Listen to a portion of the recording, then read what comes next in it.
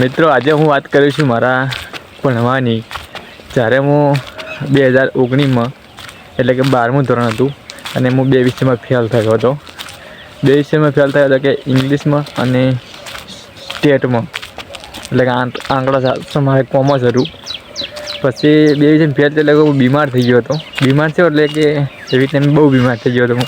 પરીક્ષા એક્ઝામ હતી ને ત્યારે, અને પછી હું ફેલ થયો એટલે કે તૈયારી કરી નથી. અને પછી એવો ટાર્ગેટ કર્યો ફરીથી કે આપણે બધા વિષયની પરીક્ષા ફરી આનવી છે અને 1 મેળવવી છે. એ ટાઈમે સાહેબ ફરી ટ્યુશન બંધાયું અને તે જાતે સાહેબ એટલી મહેનત કરી હતી ને કે વગે વહેલા 4 વાગે પહોંચતો. એ ટાઈમ તો હું યાદ કરું ને કે સારું ખૂબ મહેનત કરતો હું એ ટાઈમે એમ. પણ બધા મને ના પાડતા, સાહેબોવાળા, ટ્યુશનવાળા, સ્કૂલવાળા મને કીધું ફરી બધી વિષયની પરીક્ષા મતાય ને, ખાલી 2 વિષયની થાય ને. પણ આપણે એવો ટાર્ગેટ કર્યો હતો ને કે 1 લાવી એટલે લાવી, 1 રિઝલ્ટ લાવવું એટલે લાવવું. અને ખરેખર પછી જ્યારે રિઝલ્ટ આવ્યું ને ત્યારે બધા મને એમ જ કહેતા કે સંજયથી તો હાસુકલું કે તમને ખબર જ હતી કે તું પાસ થઈ જાય અને 1 લાવશે.